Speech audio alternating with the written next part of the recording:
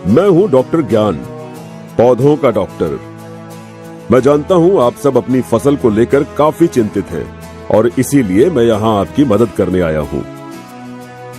Doctor साहब, अब पिछले कुछ सालों से मेरी कपास की फसल पहले जैसी नहीं हो रही।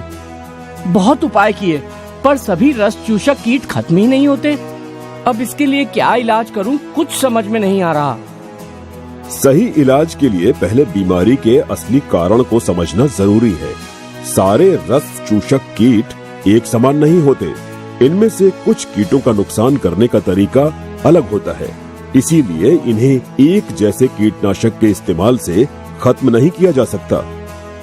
पर डॉक्टर साहब, मुझे तो ऐसे कोई कीट नजर नहीं आते। फिर भी पत्तियों का रंग तांबे के समान हो जाता है और वे ऊपर की ओर मुड़ने लगती हैं। ये कीट इतने छोटे होते हैं कि आम तौर पर नजर ही नहीं आते। आओ दिखाता हूँ।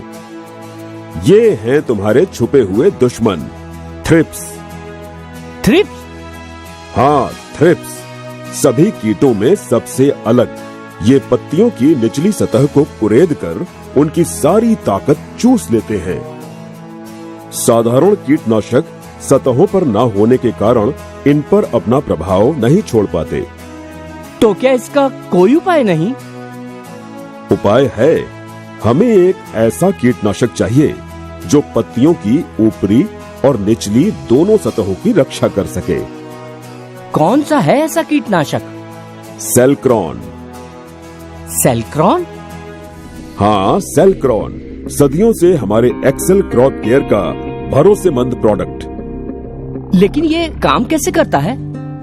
अपने ट्रांसलैमिनर एक्शन से सेल्क्रॉन पत्तियों की निचली सतहों की भी रक्षा करता है। इसकी स्पर्श और उदर विष क्रिया थ्रिप्स पर सीधा प्रहार कर उन्हें मार गिराती है। इसका प्रयोग कैसे करें?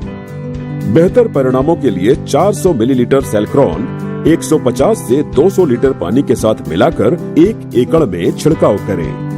सेल्क्रॉन को अन्य कीटनाशकों, फफूंदनाशकों और माइक्रोन्यूट्रिएंट्स के साथ मिलाकर छिड़काव किया जा सकता है। अगर ये इतना प्रभावी है तो फिर महंगा भी होगा? नहीं, ये आम कीटनाशकों से बेहतर और किफायती है। सभी कीटनाशकों में सबसे अलग। अरे कहाँ जा रहे हो? सेल्क्रॉन खरीदने। पहले ही काफी देर हो चुकी है।